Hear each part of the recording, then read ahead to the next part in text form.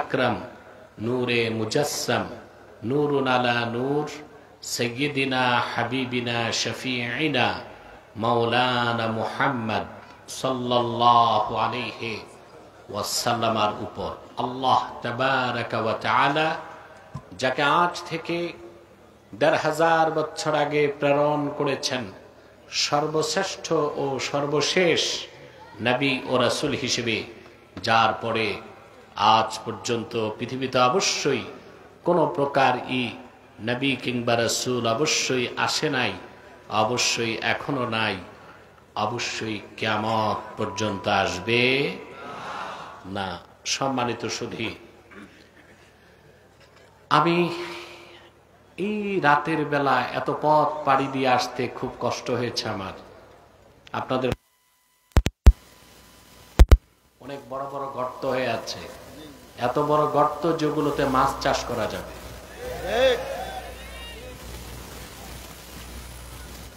যারা দীর্ঘকাল চুরি চামারি করেছে তারা শুধু সম্পদ খায় নাই, রোড গার্ডও খেয়ে গেছে।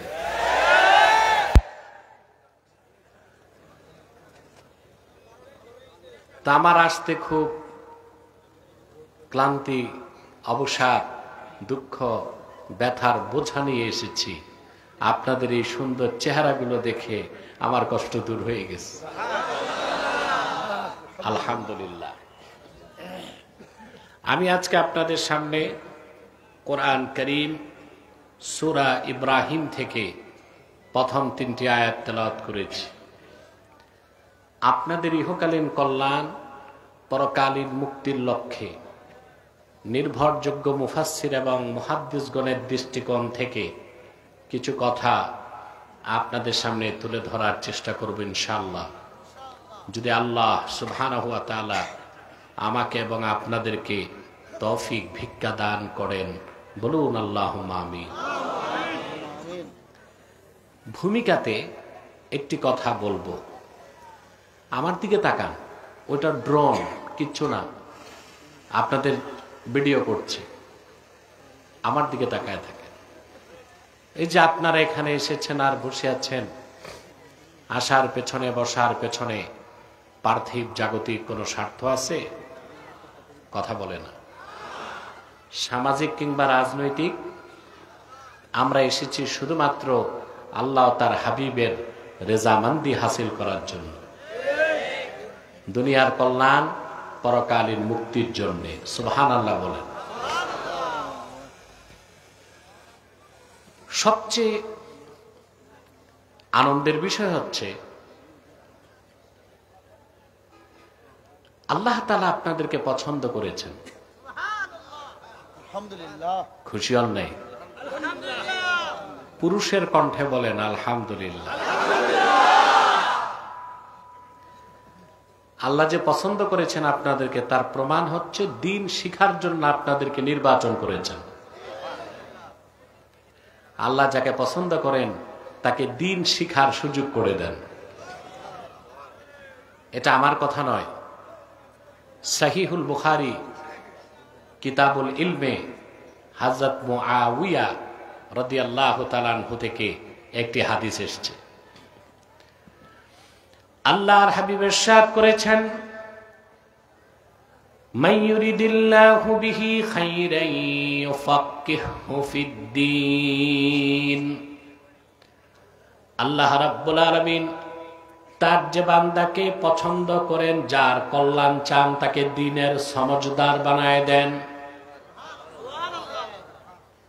ফাক্কাহা ইউফাক্কিহু মানে ফকিহ বানানো, ফকিহ বানানো। সুবহানাল্লাহ।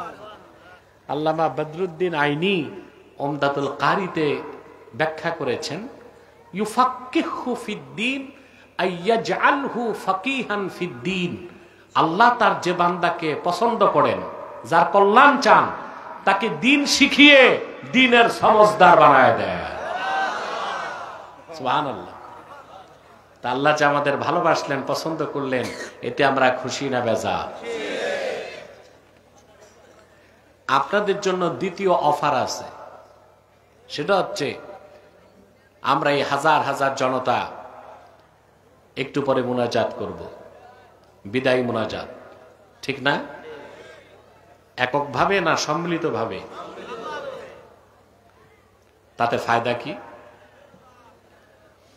ইমামে হায়সামি মাজমাউজ জাওয়ায়েদের মধ্যে বর্ণনা করেছেন, আল্লাহর হাবিব ইরশাদ করেছেন, আমার কোন ইমানদার উম্মত যদি আল্লাহর কাছে দোয়া করে, বাকিরা যদি সম্মিলিতভাবে আমিন আমিন বলে, আমার উম্মতের সম্মিলিত মুনাজাত আল্লাহ পাক তাৎক্ষণিক কবুল করে নিবে। একটু পরে আমরা মুনাজাত করব, আল্লাহর কাছে গুনাহ মাফের দোয়া চাইব, ঠিক না? শিশুর মতো নিষ্পাপ হয়ে বাড়ি যেতে পারবো। এতে আমরা খুশি না বেজার?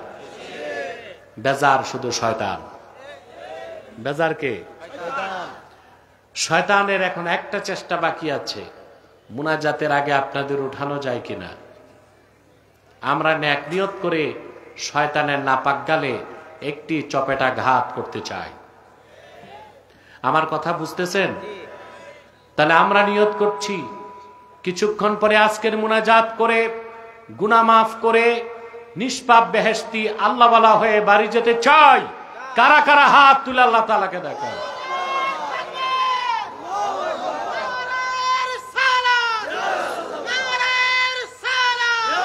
সাল্লাল্লাহু আলাইহি ওয়াসাল্লাম। আল্লাহ কবুল করুক, আল্লাহ মঞ্জুর করুক, বলুন আল্লাহুম্মা আমিন। সম্মানিত সুধী, আর দেরি নয়, সরাসরি মূল আলোচনায় চলে যাচ্ছি। তেলাওয়াতের মাধ্যমে যদি পারেন আপনারাও পড়বেন, যেন আল্লাহ তাআলা কোরআন কারীমের প্রতিটি অক্ষরে নূর দিয়ে আমাদের অন্তরকে বিকশিত করে দেন। পড়ুন আউযু বিল্লাহি মিনাশ শাইতানির রাজীম। বিসমিল্লাহির রাহমানির রাহিম। আলিফ লাম রা। কিতাবুন আনজালনাহু ইলাইকা লিতুখরিজান নাসা মিনাজ-যুলুমাতি ইলান-নূর। সূরা ইব্রাহিমের শুরুই করলেন আল্লাহ তাআলা কয়েকটি অক্ষর দিয়ে, আলিফ লাম রা। আলিফ লাম রা। মাইকম্যান কোন দিক? তোমার সাউন্ড ভালো আছে, আরেকটু চিকন হবে, আরেকটু বাড়বি স্টেজে। পিছনে হর্ন চলে?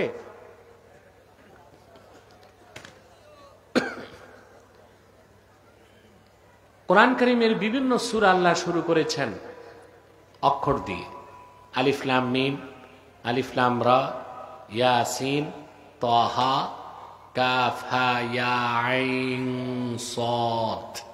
আছে না? এগুলোকে তাফসীরের পরিভাষায় বলা হয় হুরুফুল মুকাত্তাআ। এই অক্ষরগুলোর অর্থ বান্দারা জানে না, আল্লাহই জানেন। সুবহানাল্লাহ বলবেন না? সমস্ত মুফাসসিরগণ ব্যাখ্যা করতে যে লিখে দিয়েছেন চূড়ান্ত পর্যায়ে, আল্লাহু আ'লামু বিমুরাদিহি বিযালিক। এই হুরুফে মুকাত্তাবগুলো, অক্ষরগুলোর অর্থ আল্লাহ তাআলাই ভালো জানেন। তবে আমার একটা বক্তব্য আছে, আমরা জানি না, আল্লাহ জানেন, আর অবশ্যই আল্লাহর হাবিবও জানতেন। সুবহানাল্লাহ। যদি বলা হয় না রাসূলুল্লাহ জানতেন না, তো বলতে হয় এই অক্ষরগুলো অনর্থক নাজিল হয়েছে। কথা বলেন, কোরআন শরীফের শুরু থেকে শেষ পর্যন্ত কোথাও একটা অক্ষরে কি অনর্থক নাজিল হয়েছে? হয়েছে? আসেন কোরআন কারীম থেকে দলিল নেন। আল্লাহ রাব্বুল আলামিন তার হাবিবকে ডাক দিয়ে বলেন, লা তুহাররিক বিহি লিসানাকা লিতা'জালা বিহি ইন্না আলাইনা জামআহু ওয়া কুরআনাহু ফাইযা ক্বারা'নাহু ফাত্তাবি' কুরআনাহু সুম্মা ইন্না আলাইনা বায়ানা। আল্লাহ তার হাবিবকে ডেকে বলেন, মুহাম্মদ সাল্লাল্লাহু আলাইহি ওয়াসাল্লাম, কোরআন কারীমকে আত্মস্থ করার জন্য আপনার জবান দ্রুত সঞ্চালন করবেন না, বরং আমি যখন কোরআন নাজিল করব আপনি শুধু শুনবেন, তাতেই চলবে। আপনার সিনায় কোরআন জমা করে দেবার দায়িত্ব আমি আল্লাহর, আর যে অংশ ব্যাখ্যা করা দরকার ওটা ব্যাখ্যা করে দেবার দায়িত্ব আমি আল্লাহ। সুবহানাল্লাহ। তাহলে বিসমিল্লাহর বা থেকে মিনাল জিন্নাতি ওয়ান নাসের সিন পর্যন্ত প্রতিটি বাক্যের, প্রতিটি শব্দের, প্রতিটি অক্ষরের কি অর্থ তার রাসূলুল্লাহ অবশ্যই জানতেন, ঠিক না?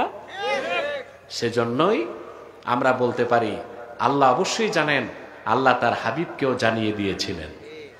সুবহানাল্লাহ। হুরুফুল মুকাত্তাত গুলোর ব্যাপারে চমৎকার তথ্য দিয়েছেন ইমাম বাইজাবি রাহমাতুল্লাহি আলাইহি। নাম শুনছেন না? আলেমরা তো তার তাফসিরও পড়ছেন বাইজাবি শরীফ। এটা কওমিতেও পড়ায়, আলিয়াতেও পড়ায়। ইমাম বাইজাবি লেখেন,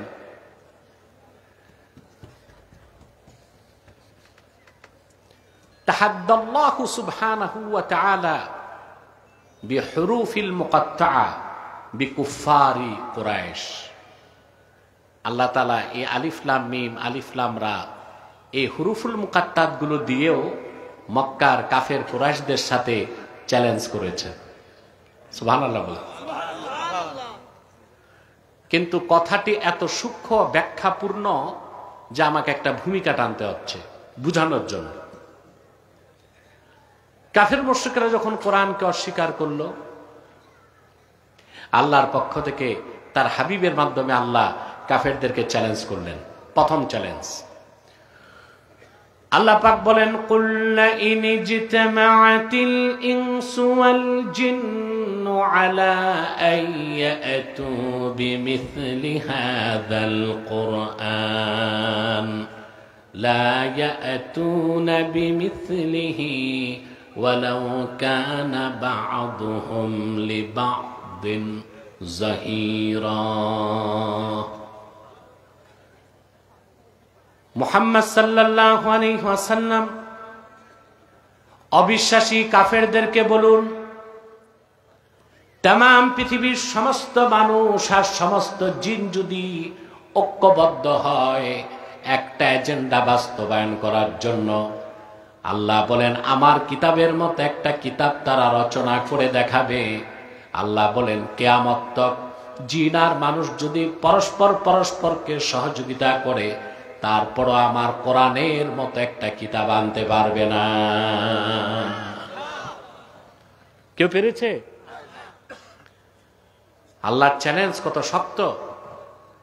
যদি সমস্ত মানুষ আর সমস্ত জিন জোটবদ্ধ হয়, জোট বুঝেন? আরে ভাই, আমি কি কবরস্থানে না মাহফিলে? এখনো তোমাদের শব্দ নাই। মাহফিলে না কবরস্থানে? আমাকে তো সাপোর্ট দিতে হবে, পারবেন না? জোট বুঝেন? বাঙালির চেয়ে বেশি জোট আর ভোট বুঝে কারা? এই দেশের মানুষ রাজনীতি বুঝুক আর না বুঝুক তর্ক করে। চায়ের দোকানে গেলে দেখবেন চায়ের কাপে রাজনীতির তর্কে যে ঝড় তুলে বাঙালি। আমেরিকাতে রাজনৈতিক দল আছে দুইটা প্রধান দল, ডেমোক্রেট আর রিপাবলিক। আরো কয়েকটা আছে অখ্যাত দল। আর ছোট্ট এক বাংলাদেশে দল আছে মোটামুটি 147টার মতো। এমন রাজনৈতিক দলও আছে যার সদস্য 3 জন, সভাপতি, সেক্রেটারি, দরজার দারোয়ান। বাংলাদেশে এই দেশের লোক জোট বুঝে, ভোট বুঝে আর নোট বুঝে। সিদ্ধান্ত নিছে একটা ভোট দিবে এক নেতাকে, কিন্তু আগের রাতে যে নোট বেশি দিছে তারে ভোট দেয়। আমি দেখলাম এই 50 বছরে এই দেশের স্বাধীনতার পর থেকে ইতিহাস এটাই প্রমাণ দেয়, এই জাতি বুঝে জোট, ভোট, নোট, ফির সব কুছ ঝুট। কিছু পায় না, কিছু পায়। তা আমরা আসলে জোট বুঝি, ভোট বুঝি, আর বেশি বুঝি বলেই কিছু পাই নাই। ফিরে আসতে হবে ন্যায় ও সত্যের পথে, আর সেটা একমাত্র আল্লাহর কোরআন। ঠিক না? বলবো, আরো কিছু কথা বলবো, একটু ধৈর্য ধরেন। আল্লাহ পাক বললেন, সমস্ত জিন আর সমস্ত মানুষ যদি জোটবদ্ধ হয় একটি এজেন্ডা বাস্তবায়ন করতে, আমার কিতাবের মতো একটা কিতাব আনবে, কিয়ামত তক চেষ্টা করেও কোরআনের মতো একটা কিতাব আনতে পারবে না। তারপর আসলো দ্বিতীয় চ্যালেঞ্জ। আম ইয়াকুলুনা ইফতারাহু কুল ফাতু বিআশরি সুওয়ারিন মিথলিহি মুফতারায়াত। বরং কাফেররা বলে, কোরআন তো মুহাম্মদ সাল্লাল্লাহু আলাইহি ওয়াসাল্লাম নিজেই রচনা করেন। আল্লাহ ডেকে বললেন, হাবিব আমার মুহাম্মদ সাল্লাল্লাহু আলাইহি ওয়াসাল্লাম, আপনি ঘোষণা করুন, কোরআনের মতো একটা কিতাব দরকার নাই, কোরআন কারীমের 10টা সূরার মতো সূরা রচনা করে দেখাও তো দেখি। কাফেররা পেরেছে? আজ তো কেউ পেরেছে? কিয়ামত পর্যন্ত পারবে? এরপর আসলো তৃতীয় চ্যালেঞ্জ। আল্লাহ পাক ঘোষণা করলেন, ইন কুনতুম ফি রাইবিম মিম্মা নাযালনা আলা আবদিনা ফাআতু বিসূরাতিম মিন মিথলিহি ওয়াদউ শুহাদাআকুম মিন দুনিল্লাহি ইন কুনতুম সাদিকিন।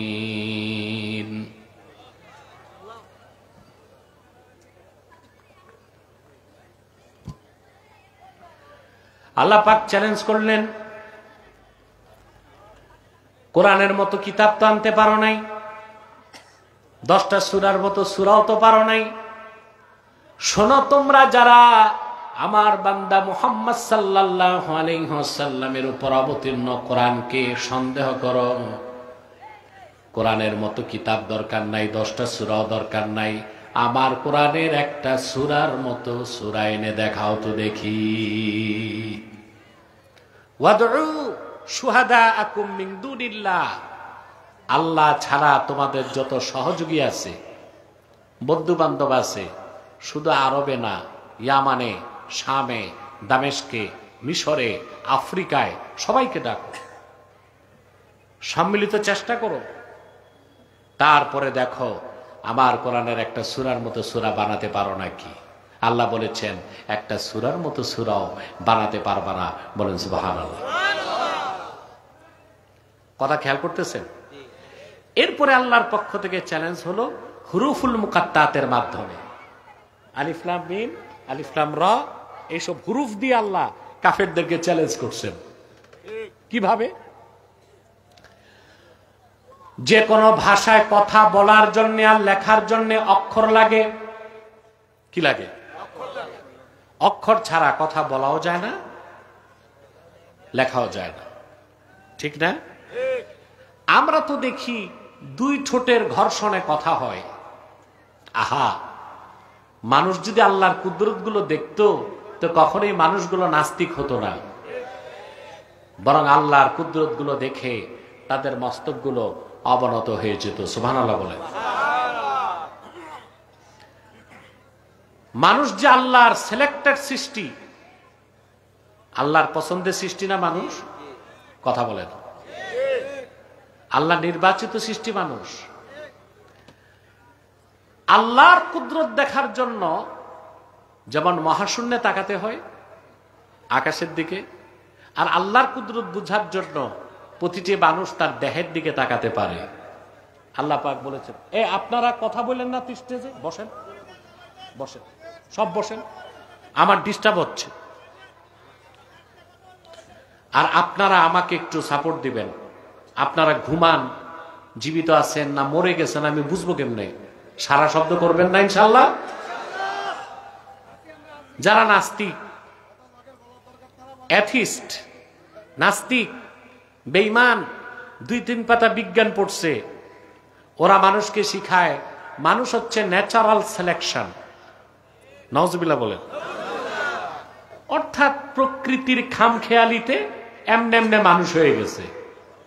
বানর থেকে, হনুমান থেকে, ওরাং ওটাং থেকে, শিবপাঞ্জি থেকে, যেগুলো বলে গেছে ইংরেজ দার্শনিক নিকৃষ্ট শয়তানের পোষ্যপুত্র ডারউইন।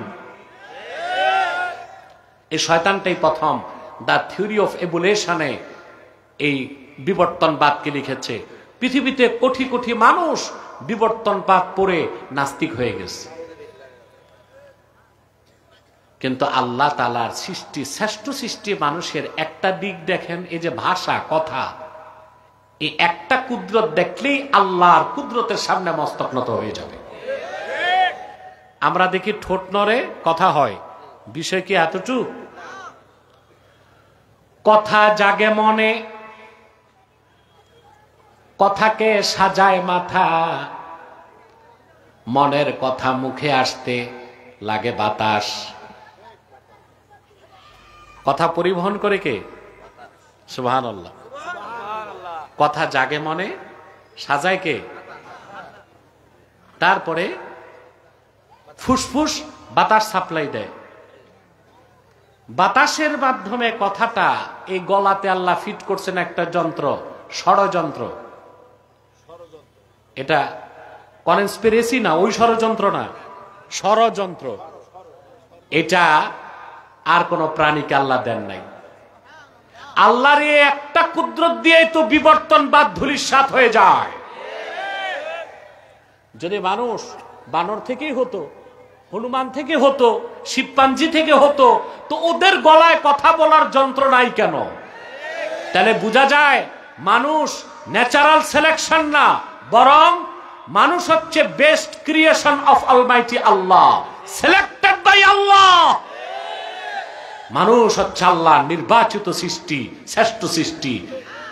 কোন প্রাণীকে তিনি কথা বলতে দিবেন না, সেজন্য মানুষকে শুধু কথা বলার যন্ত্র দিয়েছেন। বলেন সুবহানাল্লাহ। কথা জাগে মনে,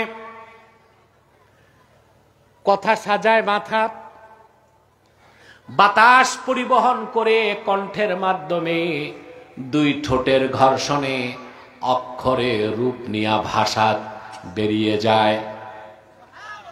প্রতিটি ভাষা লেখার জন্য, বলার জন্য উপাদান হচ্ছে অক্ষরমালা। কি? এবার দেখেন হুরুফে মুকাত্তার দিয়ে কিভাবে চ্যালেঞ্জ করা হলো কাফেরদেরকে। আল্লাহ পাক কাফেরদেরকে চ্যালেঞ্জ করলেন, আমার কিতাবের মতো একটা কিতাব তো আনতে পারো নাই, 10টা সূরার মতো সূরাও তো পারো নাই, একটি সূরার মতো সূরাও তো পারো নাই। আমার ভাষা আরবি, আমার হাবিবের ভাষাও আরবি, কোরআনের ভাষাও আরবি। কুরাইশরা তোমাদের ভাষাও তো আরবি। আরবি লেখার জন্য, বলার জন্য যে অক্ষর লাগে তা তো তোমাদের কাছে আছে, যেমন আলিফ লাম মিম, আলিফ লাম র, ইয়াসিন, তাহা। আল্লাহ উদাহরণ দিয়ে দিয়ে বুঝাই দিলেন, এই রকম অক্ষরগুলো দিয়া আমার কোরআনের একটা বাক্যের মতো বাক্য তৈরি করে দেখাও তো দেখি। কাফেররা পেরেছে? জোরে বলেন। সেজন্য বেজাবি বলেছেন, এই আলিফ লাম মিম, আলিফ লাম রা, এই হুরুফুল মুকাত্তাত দিয়ে আল্লাহ তাআলা মূলত কাফেরদেরকে আরেক প্রকার চ্যালেঞ্জ করেছেন। বলেন সুবহানাল্লাহ। বাস এতটুকুই কথা এখানে, তারপর সামনে যাচ্ছি। কিতাবুন আনজালনাহু ইলাইকা লিতুখরিজান নাসা মিনাজ যুলুমাতি ইলান নূর। মুহাম্মদ সাল্লাল্লাহু আলাইহি ওয়াসাল্লাম, আপনার উপর এই কোরআন আমি নাজিল করেছি, এই কিতাব আমি অবতীর্ণ করেছি, যেন আপনি গোটা মানব সভ্যতাকে অন্ধকার সমূহ থেকে বের করে একটি নূরের দিকে আনতে পারেন। সুবহানাল্লাহ বলেন। সেই নূর হচ্ছে ইসলাম, সেই নূর হচ্ছে ঈমান। সুবহানাল্লাহ বলেন। সে নূর কি? ইসলাম। সে নূর হচ্ছে ঈমান।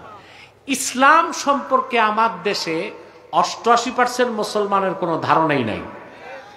তারা মনে করে ইসলাম হচ্ছে প্রথা সর্বস্ব একটা ধর্ম। একটু নামাজ রোজা করলাম, টুপি দাড়ি লাগাইলাম, বাস আমি মুসলিম হয়ে গেছি। না, ইসলাম এত ছোটখাটো বিষয় না। ইসলাম হচ্ছে আল্লাহ কর্তৃক প্রেরিত, আল্লাহ কর্তৃক মনোনীত, আল্লাহ কর্তৃক স্বীকৃত, মুহাম্মদ সাল্লাল্লাহু আলাইহি সাল্লামের আনিত পূর্ণাঙ্গ জীবন বিধানের নাম হচ্ছে ইসলাম।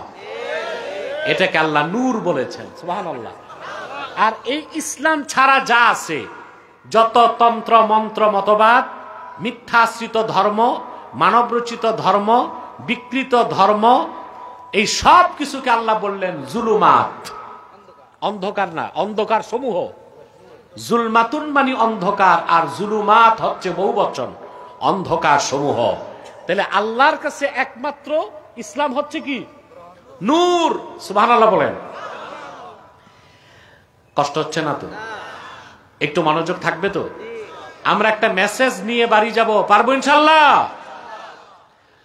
আমার ভাইয়েরা, আল্লাহ রাব্বুল আলামিন কোরআন কারীমের মধ্যে ইসলামের বিভিন্ন পরিচয় তুলে ধরেছেন, ইসলামকে বিভিন্ন বিশেষণে বিশেষিত করেছেন। যেমন আল্লাহ এখানে ইসলামকে বলেছেন নূর। নূর মানে কি? জোরে বলতে হবে। আলো। কেমন আলো? এখানেও ব্যাখ্যা আছে। নূরের সম্পূর্ণ বিপরীত হচ্ছে নার, আগুন।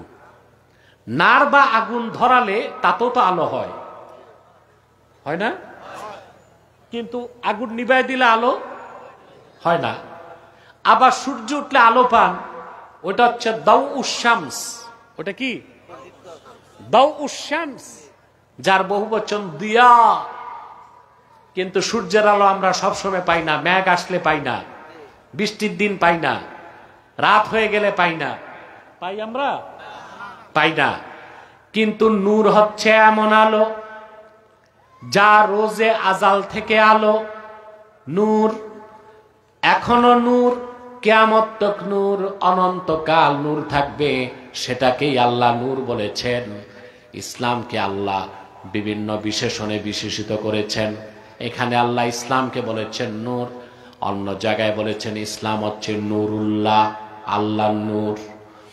আল্লাহ রাব্বুল আলামিন বলেন, ইউরিদুনা লিইউতফিউ নূরাল্লাহি বিআফওয়াহিহিম ওয়াল্লাহু মুতিম্মু নূরিহি ওয়ালাউ কারিহাল কাফিরুন।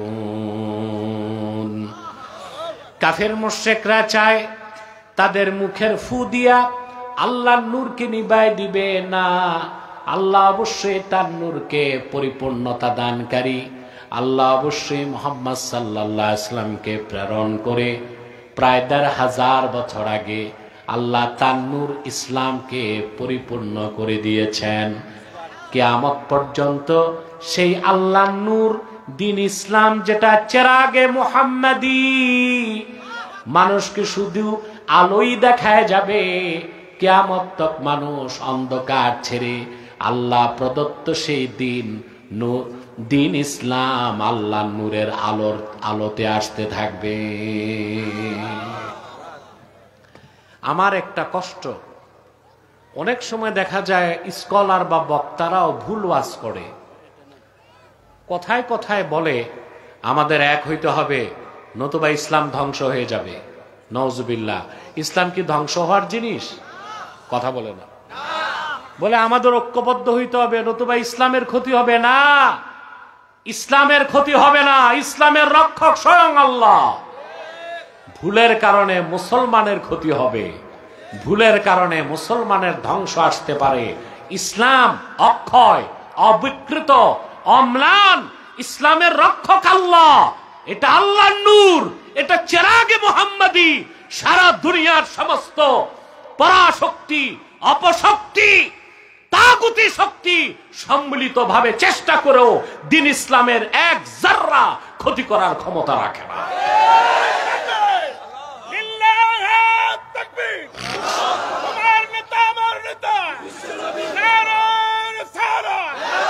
সাল্লাল্লাহু আলাইহি ওয়াসাল্লাম। তাহলে আপনাদের ভাষা ঠিক করবেন। ইসলামের ক্ষতি করা যায়? ইসলাম ধ্বংস হওয়ার জিনিস? ক্ষতি হয় কাদের? ধ্বংস হবে কারা? যদি ইসলাম থেকে সরে যায়, ঠিক না? প্রিয় ভাইরা আমার, এই ইসলামকে আল্লাহ বলেছেন দ্বীনুল্লাহ, আল্লাহর দ্বীন। ইসলামকে আল্লাহ বলেছেন নূরুল্লাহ, ইসলামকে আল্লাহ বলেছেন নূর, ইসলামকে আল্লাহ বলেছেন উরওয়াতুন উসকা। আল্লাহ পাক বলেন ফামান ইয়াকফুর বিত্তাগুতি ওয়া ইউমিন বিল্লাহি ফাকাদ ইসতামসাকা বিল উরওয়াতিল উসকা। ফামান ইয়াকফুর বিত্তাগুত, যে তাগুতকে অস্বীকার করবে, ওয়া ইউমিন বিল্লাহ, আল্লাহর উপর ঈমান আনবে, সুবহানাল্লাহ, ফাকাদ ইসতামসাকা বিল উরওয়াতিল উসকা, সেজন্য একটা শক্ত হাতলকে ধরলো। ইসলামকে আল্লাহ বলেছেন উরওয়াতুন উসকা, এমন এক শক্ত হাতল, লা ইনফিসাম লাহা আই লা ইনকিতা লাহা, এই হাতল যে ধরবে তা শেষ গন্তব্য হবে আল্লাহর জান্নাত, মাঝখানে কোনো বাধা নাই। বলেন সুবহানাল্লাহ।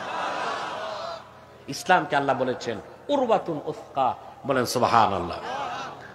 শুধু তাই নয় ভাইয়েরা আমার, ইসলামকে আল্লাহ বলেছেন দ্বীনুল্লাহ, মানে আল্লাহর দ্বীন। চিন্তা করেন, একমাত্র ইসলামই হচ্ছে সাম্প্রদায়িকতার ঊর্ধ্বে।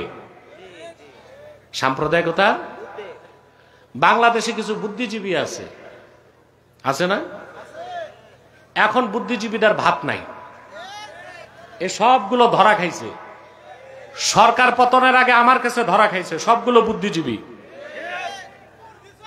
এই এটা জেলে আছে এখন, আলহামদুলিল্লাহ বলবেন না? এটা ছিল নাস্তিকদের ঠাকুর শাহরিয়ার কবির। এটারে শাহরিয়ার কবির নামে কেউ চিনে না, এটারে বলে মুরগি চোর। আছে জেলে, আমার সাথে ডিবেটে সে শোচনীয়ভাবে পরাজিত হয়েছিল।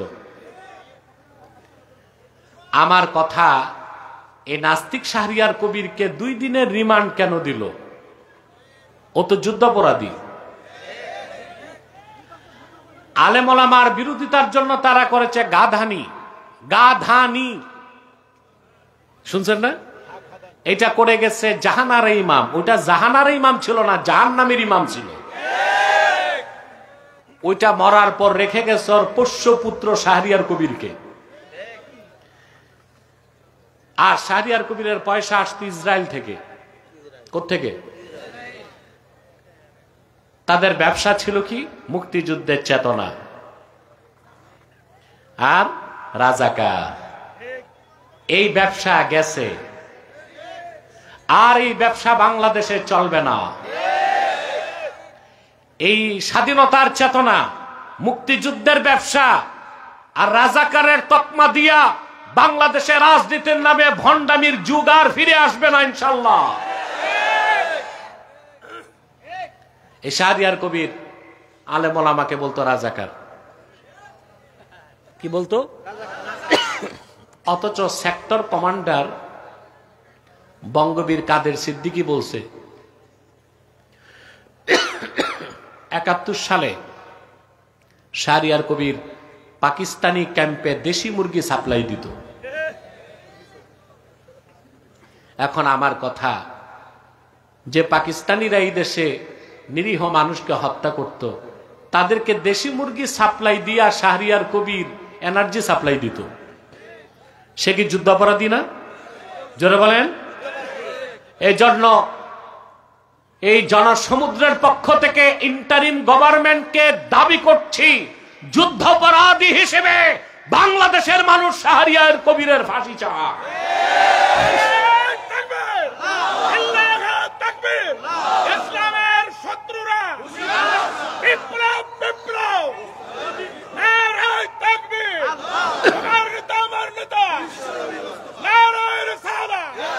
সাল্লাল্লাহু আলাইহি ওয়াসাল্লাম। নাস্তিকগুলো, বুদ্ধিজীবীগুলো এখন গর্তে লুকাইছে, জালেম সবাই পালাইছে। কেউ গেছে স্বামীর বাড়ি, কেউ শ্বশুর বাড়ি, কেউ দাদার বাড়ি, কেউ পশ্চিমা দুনিয়া ওদের বাপের বাড়ি। ঠিক না? আমরাই ছিলাম, আমরাই আছি। মনে রাখবেন, যে সময় বা যে যুগ চলে যায় তার কখনো ফিরে আসে না, কিয়ামত তক ফিরবে না, কখনোই ফিরবে না। কিন্তু যে মানুষগুলো একবার খাসলত খারাপ হয়ে যায়, ওরা পালিয়ে গেলেও যদি মরে না যায়, আবার তারা পুরানো খাসলতে ফিরে আসতে পারে। এটা আপনাদের মনে রাখতে হবে। কথা বুঝতে পারছেন? এই বুদ্ধিজীবী মহল ওলামায়ে কেরামকে প্রায় বলে, আমরা যদি বলি বাংলাদেশ ইসলামী শরিয়া আইন চাই, চাই না? আমরা ব্যক্তিগতভাবে আমি চাই খেলাফত প্রতিষ্ঠিত হোক, ইমারত ইসলামিয়া প্রতিষ্ঠিত হোক। এখন ইসলামী ইমারতের কথা বললে, শাসনের কথা বললেই তারা বলে আমরা নাকি সাম্প্রদায়িক। অথচ একমাত্র ইসলামই হচ্ছে সাম্প্রদায়িকতার ঊর্ধ্বে। আর ইসলাম ছাড়া প্রত্যেকটা ধর্মই সাম্প্রদায়িকতার দোষে দুষ্ট। তার প্রমাণ হিন্দু ধর্ম, নাম প্রমাণ দেয় ধর্মটা কাদের? কথা বলে না। ইহুদি ধর্ম, খ্রিস্টান ধর্ম, বৌদ্ধ ধর্ম। আল্লাহর কোরআনের কোথাও এমন একটা শব্দ নাই যেখানে আল্লাহ ইসলামকে বলেছেন দ্বীনুল মুসলিমিন, মুসলমানের ধর্ম। বরং ইসলামকে আল্লাহ বলেছেন দ্বীনুল্লাহ, আল্লাহর দ্বীন। কার দ্বীন? আল্লাহর। এই কোরআনের কোথাও ইসলামকে বলা হয় নাই দ্বীনুল মুসলিমিন, এটা বলা হয় নাই। কারণ আল্লাহর হাবিব মুহাম্মদ সাল্লাল্লাহু আলাইহি সাল্লাম আল্লাহর পক্ষ থেকে যে দ্বীন এনেছেন, যে কোরআন এনেছেন, তার কল্যাণ, তার হেদায়েত শুধু মুসলমানদের জন্য না, সারা বিশ্ব মানবতার মুক্তির জন্য আল্লাহর হাবিব কোরআন এনেছেন, আল্লাহর পক্ষ থেকে দ্বীন এনেছেন। এই দ্বীন ইসলামকে আল্লাহ দ্বীনুল মুসলিমিন বলেন নাই, দ্বীনুল্লাহ বলেছেন। বলেন সুবহানাল্লাহ। আল্লাহ রাব্বুল আলামিন বলেন, ইযা জাআ নাসরুল্লাহি ওয়াল ফাথ ওয়া রাআইতান নাসা ইয়াদখুলুনা ফি দীনিল্লাহি আফওয়াজা। আল্লাহ দ্বীন ইসলামকে বলেছেন দ্বীনুল্লাহ। দ্বীন কার? সুবহানাল্লাহ বলবেন না? দ্বীনুল মুসলিমিন বলছেন, মুসলমানের ধর্ম বলছেন না, আল্লাহ নিজের দ্বীন বলেছেন? সুবহানাল্লাহ বলেন। তাইলে যদি আমরা আল্লাহর জমিনে আল্লাহর দ্বীন মোতাবেক রাষ্ট্র চালাতে চাই, সেই দাবিটা কি আমাদের সাম্প্রদায়িক বা অযৌক্তিক হবে? দ্বীন হচ্ছে দ্বীনুল্লাহ, জমিন হচ্ছে আরদুল্লাহ, আমরা হচ্ছি ইবাদুল্লাহ। দ্বীন হচ্ছে দ্বীনুল্লাহ, জমিন হচ্ছে আরদুল্লাহ, আমরা হচ্ছি ইবাদুল্লাহ। আল্লাহর জমিনে আল্লাহর বান্দারা আল্লাহর দ্বীনের আইন দিয়া দেশ চালাবে, সেখানে সাম্প্রদায়িকতার কোন ধোঁয়া তোলার সুযোগ নাই।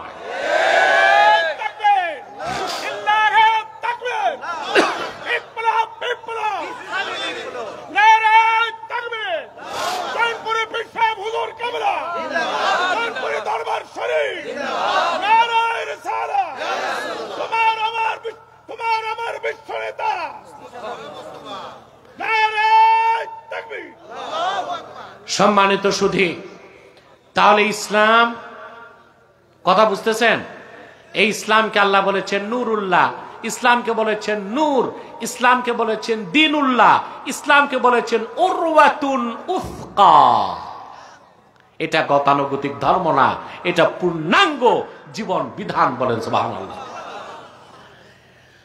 আমার ব্যক্তি জীবন কেমন হবে, সমাজ জীবন কেমন, সাংস্কৃতিক জীবন কেমন, রাষ্ট্র জীবন কেমন, শিক্ষা জীবন কেমন, লেনদেন কেমন, ব্যবসা বাণিজ্য কেমন হবে, আইন আদালত কেমন হবে, বিচার ব্যবস্থা কেমন হবে, সব কথাই দিন ইসলামের মধ্যে এসেছে। দিন ইসলাম যারা মানবে, এই পৃথিবীতে তাদের কোনো কল্যাণ মুক্তির জন্য অন্য কোনো মানুষের, কোন ধর্মের, কোন মতবাদের মুখাপেক্ষী হবার দরকার নাই। ইসলামের বাইরে কিচ্ছু নাই, সবটাই জুলুমাত, চাইলেও নেওয়ার কোনো সুযোগ নাই। আপনারা বলতে পারেন হিন্দু ধর্ম বৌদ্ধ ধর্মের কথা বাদ দিলাম, ইসলাম ছাড়াও তো আরো দুইটা ধর্ম আছে, যে দুই ধর্মকে বলা হয় সেমেটিক রিলিজিয়ান, সেমেটিক রিলিজিয়াস বলা হয় না? একটা ইহুদি ধর্ম আর একটা খ্রিস্টান ধর্ম। আরবিতে আকাশকে বলে সামা। কি বলে? এই সামা থেকে সেমেটিক, সামা থেকে, অর্থাৎ কোন কালে যে ধর্মটা আকাশ থেকে এসেছে ওইটাকে বলা হয় সেমেটিক রিলিজিয়াস। কথা বুঝতেছেন? হ্যাঁ, আমরা জানি মুসা নবীর কাছে দিন এসেছে আসমান থেকে, ঈসা নবীর কাছে দিন এসেছেও আসমান থেকে। এখন কেউ বলতে পারে তাইলে ইসলাম ছাড়া আরো তো ধর্ম আছে, ওগুলো মানা যাবে না কেন? প্রশ্ন আসে না? আমি একটা সহজ উদাহরণ দিচ্ছি আপনাদেরকে। ঔষধ যত দামি হোক, মূল্যবান হোক, মেয়াদ উত্তীর্ণ ঔষধ খেলে রোগী ভালো হবে না মরবে? মারা যাবে না? ওষুধ যত দামি হোক, এই যে ক্যান্সারের ঔষধ, কেমোথেরাপি, এক এক বোতলের দাম 1 লাখ 1.5 লাখ টাকা। এটা তারিখ ঠিক থাকতে হবে। মেয়াদ উত্তীর্ণ কেমোথেরাপি রুগীকে দিলে রুগী বাঁচবে না, তাড়াতাড়ি মারা যাবে। তাড়াতাড়ি মারা যাবে না? মুসা নবীর কাছে আল্লাহর পক্ষ থেকে যে দিন এসেছিল, ঈসা নবী আসার পরে সেটা মেয়াদ উত্তীর্ণ হয়ে গেছে। ঈসা নবীর মাধ্যমে আল্লাহর পক্ষ থেকে যে শরীয়ত এসেছিল 1500 বছর আগে, আল্লাহর আখিরি নবী মুহাম্মদ সাল্লাল্লাহু আলাইহি সাল্লামের মাধ্যমে দিন ইসলাম আসার পরে ঈসা নবীর শরীয়ত ডেট উত্তীর্ণ হয়ে গেছে। এখন একমাত্র ইসলাম, কেবল ইসলাম, শুধুমাত্র ইসলাম।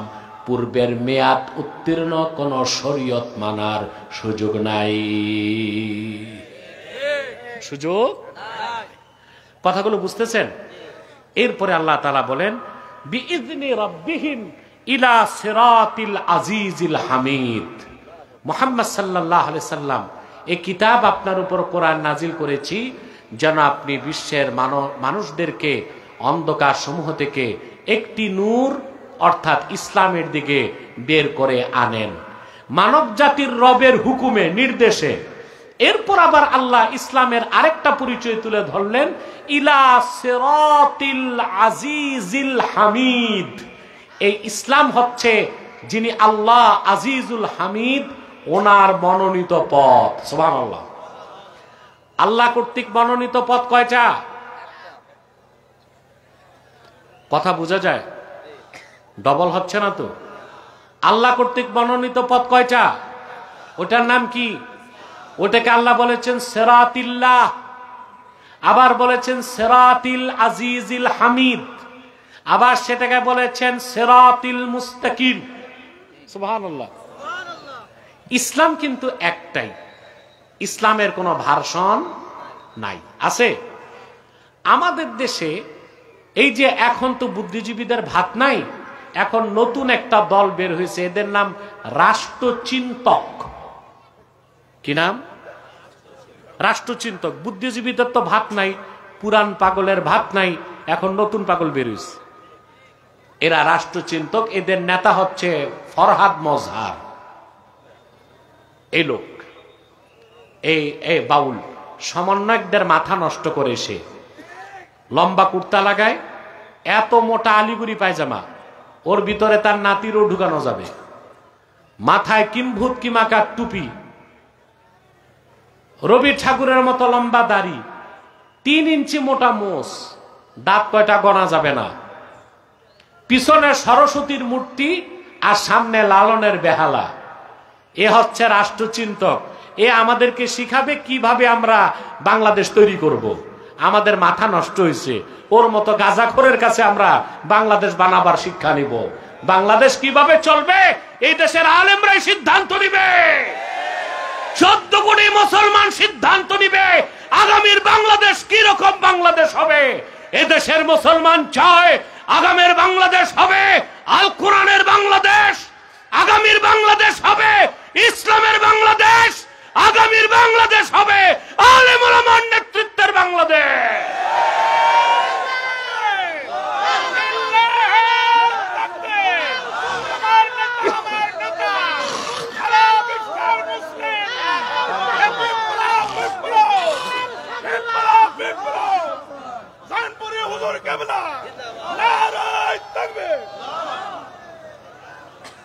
সম্মানিত সুধী, ইসলামের কোন ভার্সন? আরে বাবা কথা বলো না। ইসলামের কোন ভার্সন? আল্লাহ এক, কোরআন এক, ইসলামও এক। এটার কোন ভার্সন? সুবহানাল্লাহ বলবেন না? এই সব রাষ্ট্রচিন্তকরা ইসলামের বিভিন্ন ভার্সন উল্লেখ করতে চায়। যেমন বলে পলিটিক্যাল ইসলাম, রেডিক্যাল ইসলাম, সুফিবাদী ইসলাম। চিন্তা করেন কত বড় আঘাত আমাদের ইমানের উপর। যখন আমরা জিহাদের কথা বলি তখন বলে এটা রেডিক্যাল ইসলাম। যখন আমরা ইসলামী রাষ্ট্র ব্যবস্থার কথা বলি বলে এটা পলিটিক্যাল ইসলাম। আর শুধু যারা পিরি মুরিদি করে, তসবি পড়ে, তাদেরটা বলে এটা সুফিবাদী ইসলাম। না, ইসলামকে ভাগ করার, ভার্সন করার অধিকার তোমাকে কে দিয়েছে? ইসলাম তো একটাই, সিরাতিল আজিজিল হামিদ। এটা মহান আল্লাহ স্বীকৃত মনোনীত পথ। ইসলাম একটাই, এটার কোনো ভার্সন নাই। জিহাদ পূর্ণাঙ্গ ইসলাম নয়, পূর্ণাঙ্গ ইসলামের একটা আমল। কথা বলে না। সিয়াসাতুল ইসলামিয়া, ইসলামী রাজনীতি পূর্ণাঙ্গ ইসলাম নয়, পূর্ণাঙ্গ ইসলামের একটা আমল। তরিকত তাসাউফ পূর্ণাঙ্গ ইসলাম নয়, পূর্ণাঙ্গ ইসলামের একটা আমল। ইসলাম একটাই, এটার কোনো ভার্সন নাই। এই ইসলামকে আল্লাহ বলেছেন সিরাতিল আজিজিল হামিদ। সুবহানাল্লাহ। ইসলামের বাইরে কোনো কিছুই আল্লাহ গ্রহণ করবেন না। আল্লাহর আখিরি নবী মুহাম্মদ সাল্লাল্লাহু আলাইহি ওয়াসাল্লাম ১,৫০০ বছর আগে আল্লাহর পক্ষ থেকে আমাদের জন্য আনলেন পূর্ণাঙ্গ জীবন বিধান, যার নাম ইসলাম, যার আরেক নাম নূর, যার আরেক নাম নুরুল্লাহ, যার আরেক নাম উরওয়াতুল উসকা, যার আরেক নাম দ্বীনুল্লাহ, যার আরেক নাম সিরাতিল আজিজিল হামিদ। বলেন সুবহানাল্লাহ। মুসলমান, আগে ইসলামকে চিনুন। আপনার তো ইসলামের পরিচয় জানেন না, এই জন্য আপনাদেরকে কাফের মুশরিক বেঈমানরা পথভ্রষ্ট বানায় আর আপনাদেরকে নিয়ে গুটি খেলে, ঠিক না? এবার আসেন, আল্লাহ ওনার দুইটা সিফত উল্লেখ করলেন, আজিজ আর হামিদ। কয়টা? এখন আজিজ অর্থ কি? আজিজ শব্দের বাংলা অর্থ হচ্ছে মহাপরাক্রমশালী, কিন্তু এই অর্থটা অপরিপূর্ণ।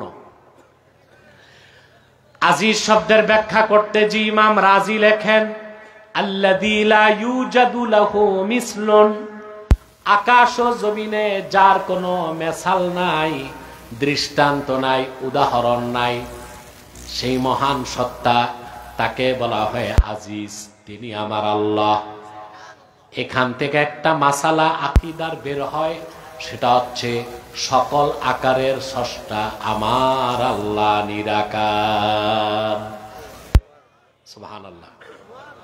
আজিজ শব্দের ব্যাখ্যায় আহলুস সুন্নাহ ওয়াল জামাত এই মাসালা ইস্তেমবাদ করেছেন যে আজিজ মানি হচ্ছে আল্লাযী লা ইউজাদু লাহু মিসলুন, আকাশ ও জমিনে যার কোনো সমকক্ষ নাই, যার কোনো মেসাল নাই, এই জন্য সকল আকারের স্রষ্টা আমার আল্লাহ নিরাকার। বলেন সুবহানাল্লাহ। আর হামিদ হচ্ছে মুস্তাহিকুল হামদে, মাহমুদ অর্থে, অর্থাৎ সমস্ত প্রশংসার হকদার আমার আল্লাহ তাআলা। আল্লাহ দুইটা সিফত উল্লেখ করার পর আল্লাহ নিজের জাতি নাম উল্লেখ করলেন, আল্লাহিল্লাযী লাহু মা ফিস সামাওয়াতি ওয়া মা ফিল আরদ। এই ইসলাম হচ্ছে আজিজুল হামিদের, তিনি হচ্ছেন আল্লাহ, আকাশ ও জমিনের একচ্ছত্র মালিকানা যার, বলেন সুবহানাল্লাহ। কোরআনের রাজনীতি যারা বিশ্বাস করে তাদের মধ্যে আর প্রচলিত রাজনীতি যারা বিশ্বাস করে তাদের মধ্যে এখানেই মৌলিক পার্থক্য। প্রচলিত রাজনীতি যারা বিশ্বাস করে তারা বলে সার্বভৌমত্বের মালিক জনগণ, আর কোরআনের রাজনীতিকে যারা বিশ্বাস করে তারা বলে সার্বভৌমত্বের মালিক একমাত্র আল্লাহ তাআলা। ঠিক কিনা? পার্থক্যটা কি গৌণ না মুখ্য? মৌলিক পার্থক্য। যারা মনে করবে সার্বভৌমত্বের মালিক জনগণ, তাদের মিছিল মিটিং রাজনীতি সব নাজায়েজ এবং হারাম হিসেবে গণ্য হবে। আর যারা কোরআন সুন্নাহ মোতাবেক রাজনীতি করবে, বিশ্বাস করবে সার্বভৌমত্বের মালিক আল্লাহ, তাদের রাজনীতিটা ইবাদত বলে গণ্য হয়ে যাবে। একটা ইবাদত হবে আর একটা কি হবে? নাফরমানি হবে। আপনারা শক্তি দিয়া বলেন সার্বভৌমত্বের মালিক কে? এখন যারা বলে সার্বভৌমত্বের মালিক জনগণ, তারা নিজেরাই সংবিধান বানায়, আবার প্রয়োজনে ওই সংবিধান খেয়ে ফেলে। কথা বলে না? যারা বলে সার্বভৌমত্বের মালিক জনগণ, সংবিধান তারা বানায় না? তারা সংবিধান বানায়, তারপরে সংবিধানের উপর ঈমান আনে, আবার যখন ভালো লাগে না, জুত লাগে না, তখন এই সংবিধান আবার বাতিল করে দেয়। এটা অনেকটাই হিন্দুদের মূর্তি পূজার মতো একটা শিরকি কাজ। যেমন দুর্গা পূজার আগে, সরস্বতী পূজার আগে মূর্তি টুর্তি থাকে? থাকে না। পূজার আগে এগুলো হিন্দুরা বানায়। কথা বলে না? ওরা নিজ হাতে মূর্তিগুলো বানায়, তারপর মূর্তির উপর ঈমান আনে, এগুলোর চুমাচামি করে, সম্মান করে, আবার এগুলো নিয়ে নদীতে বিসর্জন দেয়। ওরাই বানালো, ওরাই ঈমান আনলো, ওরাই ধ্বংস করলো। তো এখন যারা জনগণ সার্বভৌমত্বের মালিক এটা বলে, এরাই জনগণকে প্রতিনিধি বানায়া সংবিধান লেখে, ঈমান আনে, আবার যখন ভালো লাগে না এই সংবিধানকে আবার খেয়ে ফেলে। কথা বলে না? এবার আমি একটা উদাহরণ দিব আপনাদেরকে, কথাটা বলবো, হৃদয়ে লালন করবেন। আর ইউটিউবার ভাইরা তোমরা আমার দিকে তাকাও, ক্যাপশন ঠিক মতো দিতে হবে। হযরত ওমর রাদিয়াল্লাহু তাআলা আনহু তিনি বলেন, কুন্না ফিল জাহিলিয়্যাতি নাসনাউল আসনাম বিল আজওয়া। হযরত ওমর বলেন, জাহিলি যুগে আমরা খেজুর দিয়া মূর্তি বানাইতাম। হিন্দুরা বানায় কি দিয়া? আর হযরত ওমর বলেছেন, আমরা কুরাইশরা জাহিলি যুগে মূর্তি বানাতাম খেজুর দিয়া। কি দিয়া? মূর্তি বানাতাম, সম্মান করতাম, চুমা খেতাম, বুকে রাখতাম, মাথায় রাখতাম, বগলে রাখতাম, ক্ষুধা লাগলে খেয়ে ফেলতাম। খাইতে সমস্যা হইতো না, কারণ বানাইতেন কি দিয়া? খেজুর দিয়া। হিন্দুদের প্রতি আমার পরামর্শ থাকবে, তোমরা মাটি দিয়া মূর্তি না বানায় আটা দিয়া বানাও, তাহলে এগুলো পরে ব্রেড বানায় খাওয়া যাবে। ঠিক না?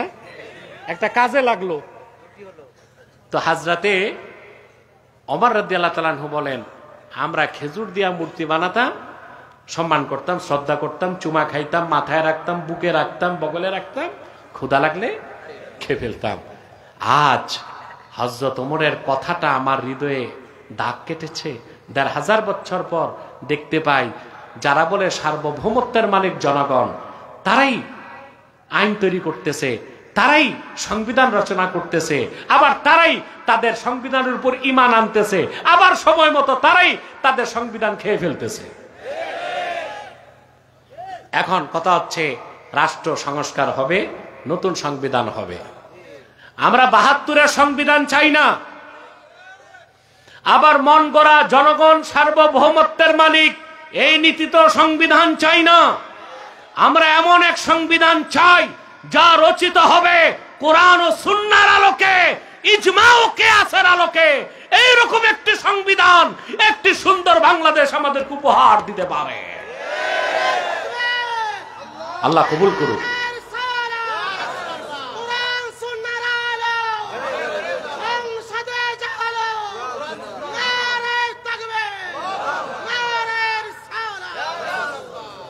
সম্মানিত সুধী, এরপরে আল্লাহ তাআলা বলেন ওয়াইলুল লিল কাফিরিনা মিন আযাবিন শাদীদ, কাফেরদের জন্য দুর্ভোগ, তাদের জন্য রয়েছে জাহান্নামের কঠিন শাস্তি।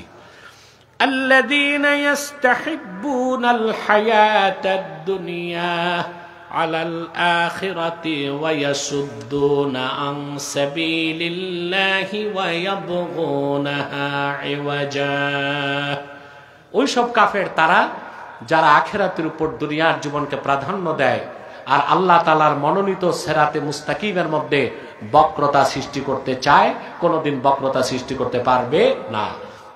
উলাইকা ফি দালালিম বাঈদ, এই কাফেরগুলো পরিচয় যাই হোক, কাফের হোক, মুশরিক হোক, সংশয়বাদী হোক, বুদ্ধিজীবী নামে হোক, দার্শনিক নামে হোক, বিজ্ঞানী নামে হোক, রাষ্ট্রচিন্তক নামে হোক, যদি ঈমান না থাকে, আখিরাতের উপর দুনিয়াকে প্রাধান্য দেয়, তারা নিঃসন্দেহে তারা কাফের, অবিশ্বাসী এবং অন্ধকার গুমরাহিতে তারা নিমজ্জিত।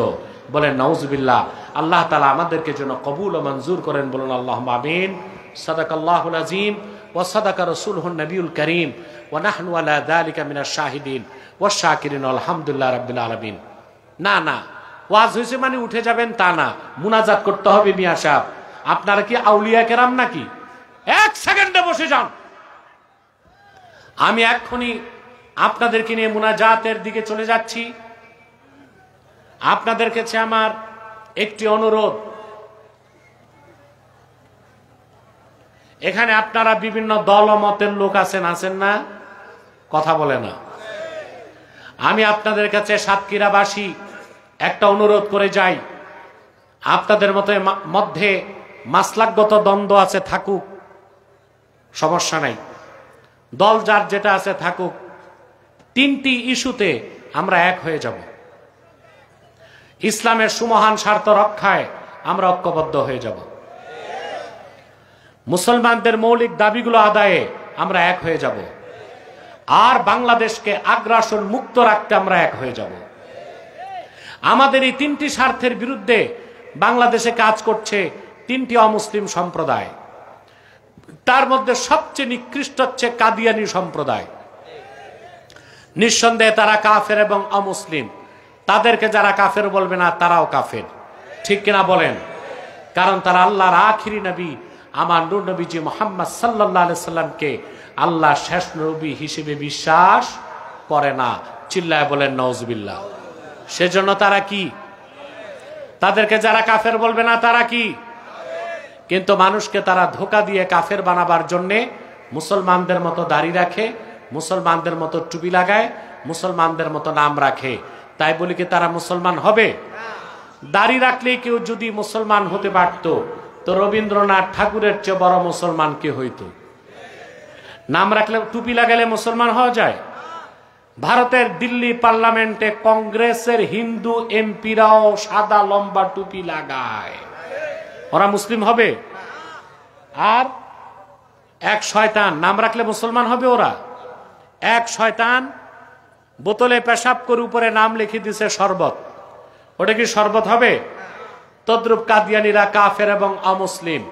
আব্দুল আউয়াল আব্দুল সামাদ, মোবাশ্বের আলী কবির চৌধুরী, গওহর রেজবি শাহরিয়ার কবির আর নিঝুম মজুমদার, এসব নাম রাখার দ্বারা তারা মুসলমান হতে পারে না। আমার ভাইরা, আমার বন্ধুরা, আমার আল্লাহ ও নূর নবীজি আমার মুহাম্মদ সাল্লাল্লাহু আলাইহি সাল্লামের ইসলাম ও কোরআনের হাজার হাজার হাজার বছর পরে বর্তমান ভারতের কুখ্যাত পাঞ্জাবের কুখ্যাত গুরুদাসপুরের কুখ্যাত কাদিয়ানে ইংরেজ আমলে এক শয়তান নিজকে নবী দাবি করছে। চিল্লায় বলেন নাউজুবিল্লাহ। শয়তানটার নাম রেখেছিল তার বাপ মির্জা গোলাম আহমদ কাদিয়ানী। সাবধান, তাকে গোলাম আহমদ বলা যাবে না, কারণ গোলাম আহমদ অর্থ আহমদ এর গোলাম। কোন কাফের কোনদিনও গোলাম আহমদ আহমদ এর গোলাম হতে পারে না। আর কাদিয়ানের কাজ্জাব ছিল শেষ দরজার কুখ্যাত কাফের, ইংরেজদের পা চাটা গোলাম। সে গোলাম আহমদ আহমদ এর গোলাম ছিল না, সে ছিল কুখ্যাত শয়তানের কুখ্যাত গোলাম। কাদিয়ানের কাজ্জাব, মিথ্যা নবুয়তের দাবিদার মির্জা গোলাম শয়তান কাদিয়ানির উপর গজব এসেছে 1908 সালে। যখন গজব এসেছে, কাদিয়ানের কাজ্জাব, মিথ্যা নবুয়তের দাবিদার মির্জা গোলাম শয়তান কাদিয়ানি 1908 সালে ধ্বংস হয়ে কুখ্যাত জাহান্নামের কুখ্যাত কুকুরে পরিণত হয়েছে। তার অনুসারীরাও ধ্বংস হয়েছে।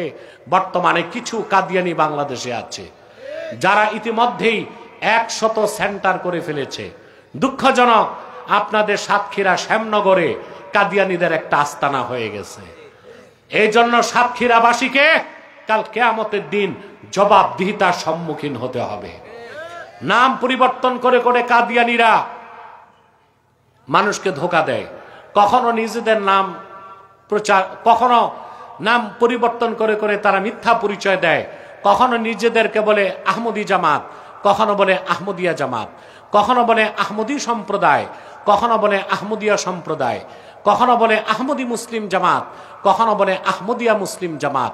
সাবধান, যত কাদিয়ানি ছিল আছে থাকবে, তারা কেউ আহমদী জামাত নয়, আহমদিয়া জামাত নয়, আহমদী সম্প্রদায় নয়, আহমদিয়া সম্প্রদায় নয়, আহমদী মুসলিম জামাত নয়, আহমদিয়া মুসলিম জামাত নয়। তারা শয়তানি জামাত, কুখ্যাত জাহান্নামের কুখ্যাত কুকুরের দল। আমাদের সকল দলের একটাই দাবি, অনতিবিলম্বে স্বাধীন বাংলায় শয়তান কাদিয়ানীদেরকে রাষ্ট্রীয়ভাবে অমুসলিম ঘোষণা করতেই হবে, করতেই হবে, করতেই হবে। এই দাবি আদায়ে যদি জানমাল দিতে হয়, কারা কারা প্রস্তুত আছেন হাত তুলে দেখেন।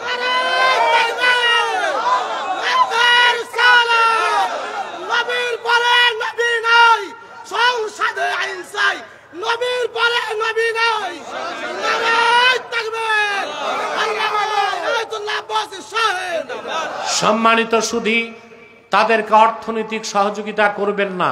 করবেন? করেন? জি। প্রাণ কোম্পানির যত জিনিস তাদের, সেজান কোম্পানির জুস তাদের, RFL এর পণ্যগুলো তাদের, প্রথম আলো, ডেইলি স্টার, কালের কণ্ঠ এগুলো তাদের। এগুলো ধরবেন না, কিনবেন না, বেচবেন না, মনে থাকবে। বিশেষ করে প্রথম আলো পত্রিকা পেলেই আগুনে জ্বালায় দিবেন। এটা হচ্ছে বাংলাদেশেরও শত্রু, ইসলামের শত্রু, মুসলমানের শত্রু, বাংলাদেশেরও শত্রু।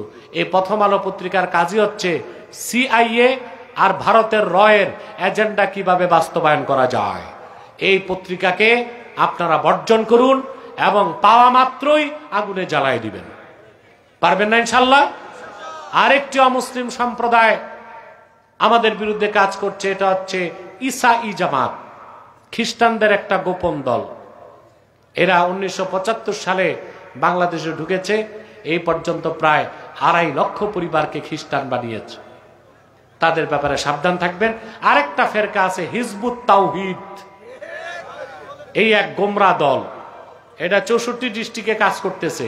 এদের মূল কাজ হচ্ছে জাতিকে আলেম ওলামা থেকে সরায় দেওয়া। ওরা বলে সব আলেমরাই ধর্ম ব্যবসায়ী, জনগণকে ওলামা একরাম থেকে সরাতে চায় তারা। এর মানে হচ্ছে ভাই, যেই বকরির পালের রাখাল নাই ওই বকরি যায় বাঘের পেটে, আর যে কওমের নেতৃত্বে আলেমরা নাই ওই কম যায় বিজাতির খপ্পরে। এই জন্য হিজবুত তাওহীদ কাজ করে যাচ্ছে। তাদেরকে শক্ত হাতে দমন করতে হবে। পারবেন তো ইনশাল্লাহ? আসুন মুনাজাত করি আমরা।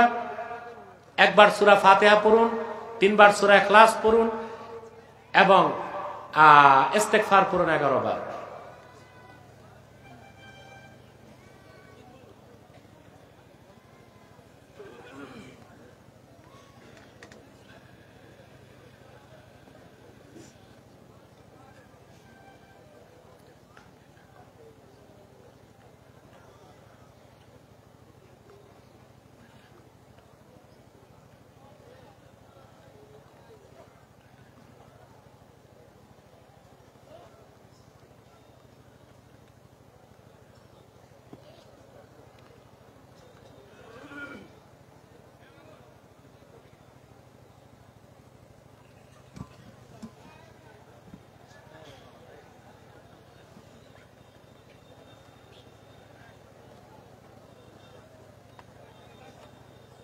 কি প্রশ্ন রেখে এত রাতেও প্রশ্ন রেখে দিছো তোমরা? ইম্পর্টেন্ট।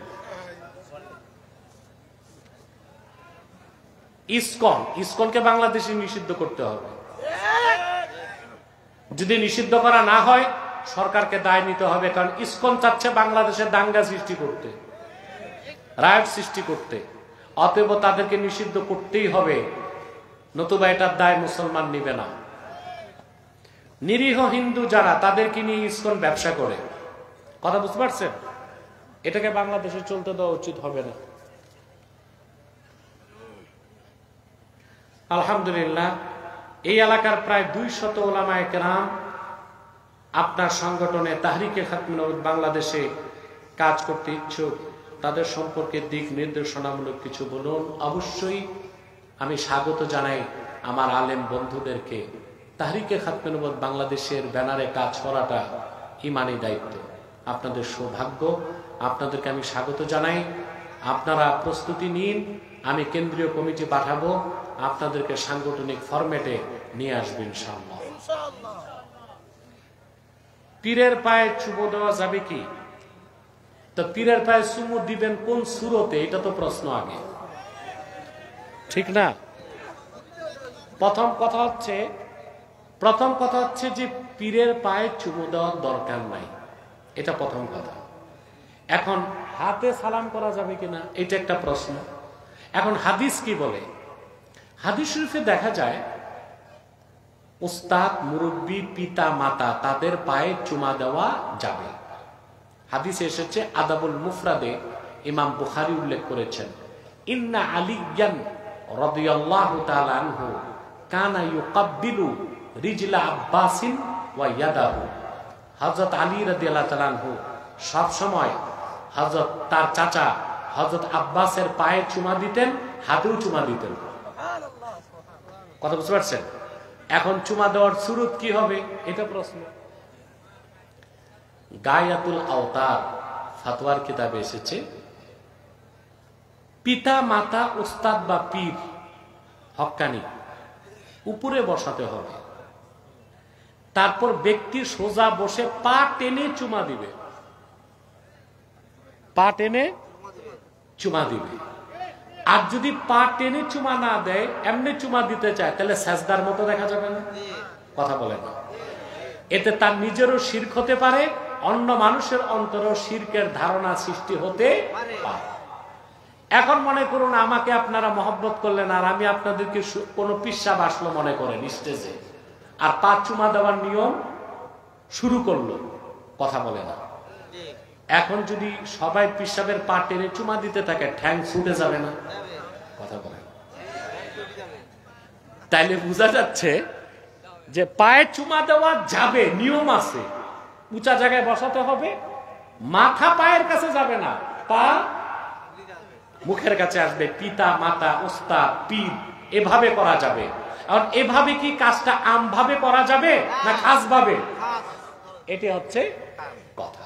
এই খাস কাজটাকে কিছু পিসাব আম বানাইছে, আর পায়ে চুমা দেওয়ার নিয়ম পীরও জানে না, মুরিদও জানে না। এই জন্য এই চুমা দিতে যায় মুরিদরা সেরেক করে বসে থাকে।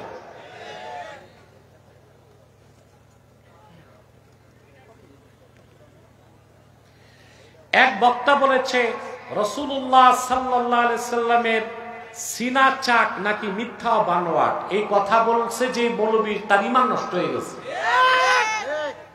কারণ আল্লাহর হাবিব মুহাম্মদ সাল্লাল্লাহু আলাইহি সাল্লামের সিনা মুবারক আল্লাহ বিদীর্ণ করছেন, এই কথা তো কোরআন কারীমে আছে, আলাম নাশরাহ লাকা সাদরাক। সমস্ত মুফাসসির এই আয়াতের তাফসীর করতে যে একমত, ইন্না হাযিহিল আয়াহ দাল্লাত আলা শাক্কে সাদরে মুহাম্মদ সাল্লাল্লাহু আলাইহি সাল্লাম। এই আয়াতের একটাই ব্যাখ্যা অধিক সংখ্যক মুফাসসির করেছেন, যে এই আয়াত স্পষ্ট প্রমাণ দেয় ১৫০০ বছর আগে আল্লাহ তার হাবিব মুহাম্মদ সাল্লাল্লাহু আলাইহি সাল্লামের সিনা মোবারক চাক করেছেন। সুবহানাল্লাহ বলেন। আর এই কথার পক্ষে বুখারী মুসলিম সহ সিয়াসিত্তায় হাদিসের সংখ্যা আছে 70-এর অধিক। এখন যদি কেউ বলে সিনা চাকের ঘটনা মিথ্যা, তার তো ঈমান নষ্ট হয়ে গেছে, এবং তাকে ঈমানও দোহরাতে হবে, তার স্ত্রীর সাথে তার নিকাহও দোহরাতে হবে। এই ব্যাপারে আমার এক ছাত্র আছে, মুফতি মাসুক, তার একটা বক্তব্য নেটে আছে, এটা দেখবেন আপনারা।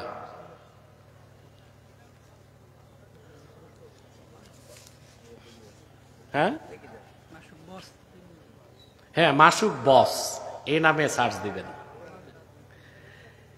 ঈদে মিলাদুন্নবী সাল্লাল্লাহু আলাইহি ওয়াসাল্লাম মাহফিলকে বেদাত বলে এবং রবিউল আউয়াল মাসে তারা সিরাতুন নবী সাল্লাল্লাহু আলাইহি ওয়াসাল্লাম মাহফিল করে, তাদের ব্যাপারে বলবেন।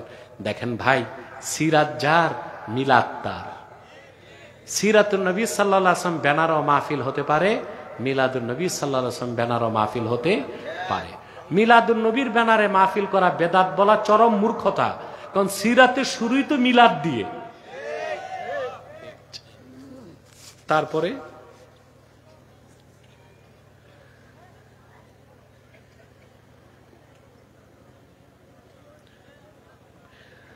আল্লাহর হাবিব সাল্লাল্লাহু আলাইহি সাল্লাম এবং আউলিয়া কেরামের মাজার জিয়ারতের উদ্দেশ্যে যাওয়া যাবে কিনা? আরে বাবা, আল্লাহর হাবিব ওনার জান্নাতুল ফেরদৌস রওজা মোবারকের জিয়ারতের চেয়ে বড় ইবাদত ও সৌভাগ্যের কোনো কাজই নাই। এটা তো সবকিছুর ঊর্ধ্বে। আর আউলিয়া কেরামের মাজার জিয়ারতে আপনি যেতে পারেন নিয়ত করে, কোনো সমস্যা নাই। এই ব্যাপারে হাদিস আছে মুসলিম শরীফের, আল্লাহর হাবিব ইরশাদ করেছেন, কুনতু নাহাইতুকুম আন জিয়ারাতিল কুবুর, আমি তোমাদেরকে কবর জিয়ারত করতে নিষেধ করেছিলাম। আলা ফাজুরুহা, সাবধান, এখন তোমরা জিয়ারত করো। তা আল্লাহর হাবিব যে হুকুম করছেন, হুকুমটা মুতলাক। এজন্য আল্লাহর ওলিদের মাজার শরীফ জিয়ারত করতে নিয়ত করেও যাওয়া যাবে, নিয়ত ছাড়াও যাওয়া যাবে, সমস্যা নেই। তবে মাজার জিয়ারত করতে যায়া মাজারে চুমা খাওয়া, আল্লাহর ওলির মাজারে চুমা খাওয়া, আল্লাহর ওলির মাজার তোয়াফ করা, এগুলো শিরকি কাজ। সাজদা করা শিরকি কাজ। ওখানে আগরবাতি মোমবাতি দেওয়া বেদাতি কাজ। আপনারা যাবেন, সুন্নত তরিকায় জিয়ারত করবেন, এতে আল্লাহর ওলির তাওয়াজ্জু পাবেন, আপনি লাভবান হবেন। সেখানে কোনো শিরকি কাজ করা যাবে না। পকেটে রাখ। হ্যাঁ, টাকা কি জন্য দিবেন? আল্লাহর ওলি তো দুনিয়ায় নাই, তো টাকা তো খাবে অন্যরা, তো দরকার কি দেওয়া? দরকার নাই। হ্যাঁ, তবে যদি আল্লাহর ওলির মাজারে মাহফিল হয়, এতিমখানা থাকে, মসজিদ থাকে, তখন আপনি পরিচালনার কাজে দিতে পারেন। এটা সম্পর্ক নিয়তের সাথে। কিসের সাথে? নিয়তের সাথে। দেখা যায় আল্লাহর ওলির মাজার জিয়ারত অনেক মানুষ গেছে, তাদের মেহমানদারি করবে, তবে যেখানে গাঁজাখোর খাদেম আছে ওইখানে দেওয়া যাবে না। ও আবার টাকা দিয়া গাঁজা কিনবে। কি কিনবে? গাঁজা কিনবে। এগুলো ভাই দেখে শুনে চলবেন, নিয়ত ঠিক রাখবেন, তাতেই বেঁচে যাবেন। প্রচলিত মিলাদ ও কিয়াম কোরআন ও হাদিস আছে কিনা? আরে ভাই, প্রচলিত আবার কি? নামাজ যেটা, কোনটা প্রচলিত নামাজ? কোনটা যেটার প্রচলন আগে ছিল, এখনো আছে, সামনে থাকবে। তো মিলাদ কিয়াম প্রচলিত অর্থে করা যাবে না, এটাই তো সমস্যা আপনাদের। একেবারে সাহাবায়ে কেরামের আমল থেকে মিলাদ শরীফ পড়ার আমল চলে এসেছে।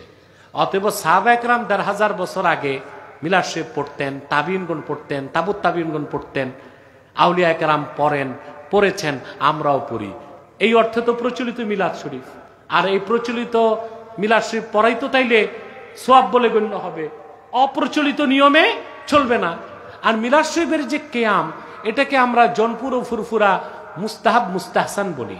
করলে সওয়াব, না করলে গুনাহ নাই। তবে কেউ যদি না বুঝে বেদাত শিরক বলে, সে গোমরাহ এবং ফিতনাবাজ।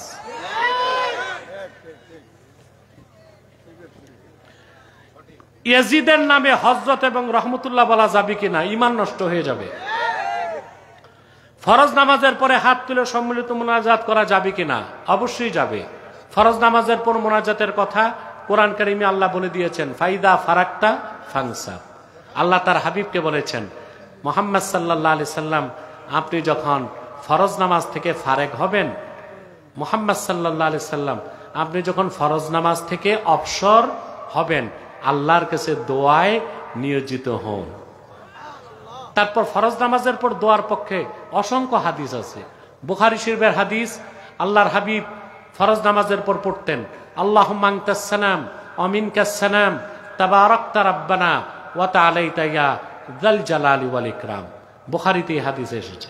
মুসলিমের হাদিস, হযরত সাওবান বর্ণনা করছেন আসর নামাজের পর দেখতাম আল্লাহর হাবিব পড়তেন লা ইলাহা ইল্লাল্লাহু ওয়াহদাহু লা শারীকা লাহু লাহুল মুলকু ওয়া লাহুল হামদ ইউহয়ী ওয়া ইউমীত ওয়া হুয়া আলা কুল্লি শাইইন কাদির আল্লাহুম্মা লা মানিআ লিমা আ'তাইতা ওয়া লা মু'তিয়া লিমা মানা'তা ওয়া লা ইয়ানফাউ যাল জাদ্দি মিনকাল জাদ। মুসলিম শরীফের হাদিস। তিরমিজির হাদিস ফরজ নামাজের পর দোয়ার পক্ষে। সাহাবা একরাম জিজ্ঞেস করেছেন আইয়ুদ দুআই আসমা, ইয়া রাসূলুল্লাহ কখন দোয়া কবুল হয় দ্রুত? আল্লাহর হাবিব বলেছেন জাওফাল লাইলিল আখির ওয়া দুবুরাস সালাওয়াতিল মাকতুবাত, অর্থাৎ গভীর রাতের শেষে আর প্রত্যেক ফরজ নামাজের পর দোয়া করলেই আল্লাহ দোয়া কবুল করেন। এখন প্রশ্ন হচ্ছে দোয়া তো পাইলাম, হাত তুলব কিনা? দোয়ার আদবই হচ্ছে হাত তোলা। আল্লাহর হাবিব বলেছেন ইযা সাআলতুমুল্লাহ ফাসআলুহু বিবুতুনি আকুফিকুম, যখন আল্লাহর কাছে কিছু চাও তো দুই হাতের তালু পেতে চাও।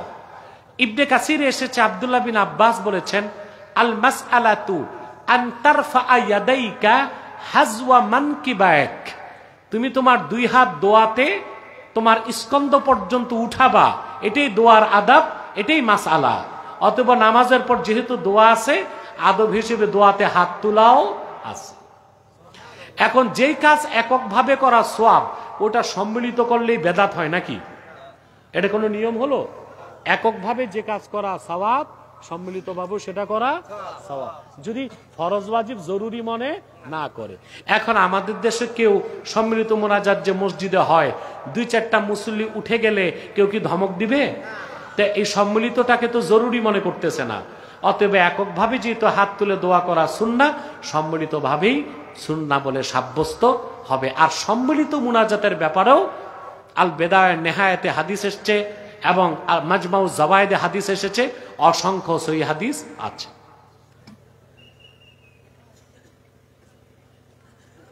এটার উত্তর দিয়েছি। মুয়াজ্জিন বলে দাঁড়িয়ে কাতার সোজা করুন একামতের আগে। আপনার কাছে জানতে চাই কোন সময় দাঁড়াতে হবে? দাঁড়ানোর ক্ষেত্রে সুন্নাত হচ্ছে একামত শুরুর পরে। এখন একামত শুরুর পরে কখন দাঁড়াবেন এটা একটা কথা। একামত শুরুর পরে কখন দাঁড়াবেন? হানাফিদের মত হচ্ছে ইয়াকুমুল ইমামু ওয়াল মুক্তাদি ইনদাল হাই আলাতাইন, ইমাম এবং মুক্তাদি উভয়ে দাঁড়াবে মুয়াজ্জিন যখন বলবে হাইয়া আলাস সালাহ। এটা এসেছে ফতোয়া শামিতে, জামিউর রুমুজে, অসংখ্য ফতোয়ার কিতাবে। অতএব হাইয়া আলাস সালাহর সময় দাঁড়ানোটা সুন্নাত এবং মুস্তাহাব। কথা বুঝতে পারছেন? হয়ে গেছে না? এলাকায় কিছু আলে হাদিসের ভাইরা বলে নাভির নিচে হাত বাঁধার ব্যাপারে কোনো সহিহ হাদিস নাই। বুকের উপর হাত বাঁধার ব্যাপারেই তো কোনো সহিহ হাদিস নাই। বরং বুকের উপর হাত বাঁধা, সরাসরি বুকের উপর হাত বাঁধতে হবে নির্দেশমূলক কোনো একটা হাদিস সিয়াসিত্তায় নাই। যে হাদিসটা তারা বলে ওটা সহিহ ইবনে খোজাইমাতে এসেছে, ওটা সিয়াসিত্তার বাইরে। আর নাভির নিচে হাত বাঁধার ব্যাপারে হাদিস সিয়াসিত্তাতে আছে, সহিহ হাদিস। তিরমিজির হাদিস ইয়াদাউল ইউমনা আলাল ইউসরা তাহতা সুররা, বাম হাতের উপর ডান হাত ধরবে, নাভির নিচে বাঁধবে, তিরমিজির হাদিস। আবু দাউদ শরীফের মধ্যে এসেছে অমিনাস সুন্নাতি ওয়াদউল আকুফি আলাল আকুফি তাহতা সুররা, সুন্নাত হচ্ছে বাম কবজিগুলোর উপর ডান কবজিগুলো ধরবে, নাভির নিচে বাঁধবে। অসংখ্য সহিহ হাদিস আছে।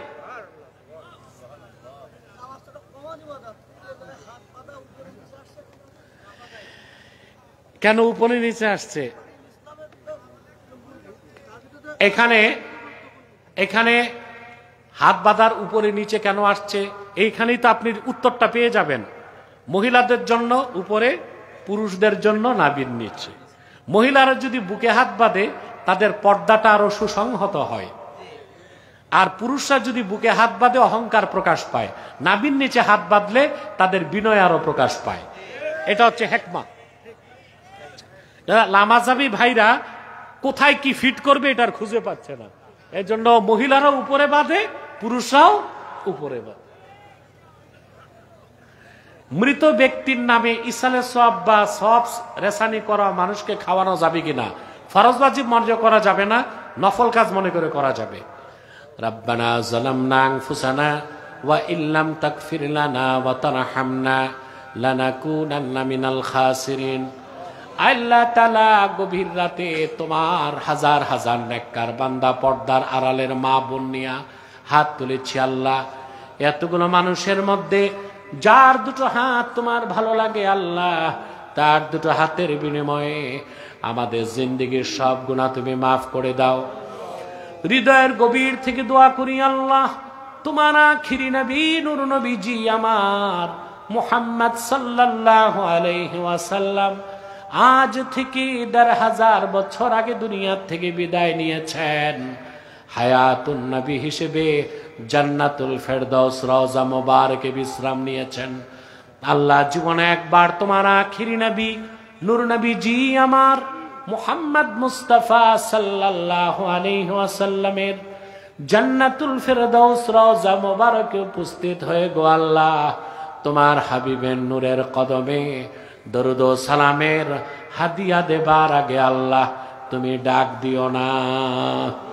আল্লাহ তাআলা একবার বা একাধিকবার জানা সোনার মদিনায় নূরের মদিনায় যেতে পেরেছি আল্লাহ, জীবনে বারবার তোমার আখিরি নবী নূর নবীজি আমার মুহাম্মদ সাল্লাল্লাহু আলাইহি ওয়াসাল্লামের নূরের শহর মদিনাতুল মুনাওয়ারা জিয়ারতের জন্য তাদের কপালটা খুলে দাও।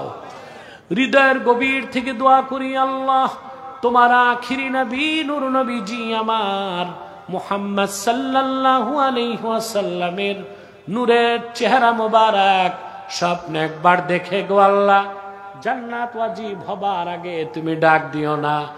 একবার বা একাধিকবার যারা আল্লাহ তোমার আখিরি নবী নূর নবীজি মুহাম্মদ সাল্লাল্লাহু আলাইহি ওয়াসাল্লামের নূরের চেহারা মোবারক স্বপ্নে দেখার সৌভাগ্য লাভ করেছে, জীবনে বারবার দেখার জন্যে আল্লাহ তাদের কপালটা তুমি জান্নাতি কপাল বানায় দাও। আল্লাহ আমাদের অনেকের বাবা নাই, অনেকের মা নাই, অনেকের বাবা মা একজন নাই। যত মানুষের বাবা মা দুনিয়ার থেকে বিদায় নিয়ে অন্ধকার কবরে চলে গেছে আল্লাহ, সকল মুসলমান বাবা মার কবরকে তুমি জান্নাতের বাগান বানায় দাও। আল্লাহ এই মসজিদ কমিটির প্রত্যেক সদস্যকে তুমি দ্বীনের কর্মী বানায় দাও। আল্লাহ আমার কলিজার টুকরা যুবক ভাইগুলোকে কবুল করো, তাদের প্রত্যেককে খাঁটি ইমানদার বানায় দাও, সহি আকীদার ধারক বানায় দাও, আহলুস সুন্নাল জামাতের অনুসারী বানায় দাও। আল্লাহ তাহরিকে খাতমে নবুয়ত বাংলাদেশের সৈনিক বানায় দাও। আল্লাহ রব্বুল ইজ্জত ওয়াল জালাল যারা ধন দিয়েছে মন দিয়ে খেটেছে মাহফিলটার জন্য, তাদের প্রত্যেকের ধন মনকে কবুল করে মাহফিলটা আমাদের নাজাতের জারিয়া বানায় দাও। আল্লাহ তাআলা পর্দার আড়ালে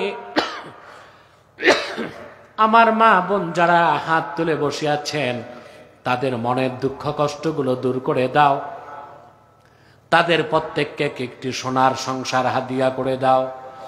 ভাইরা আমার একটি মিনিট সময় ছেড়ে দিলাম, চক্ষুটা বন্ধ করুন, দিলটা নরম করুন, মাথাটা নত করুন।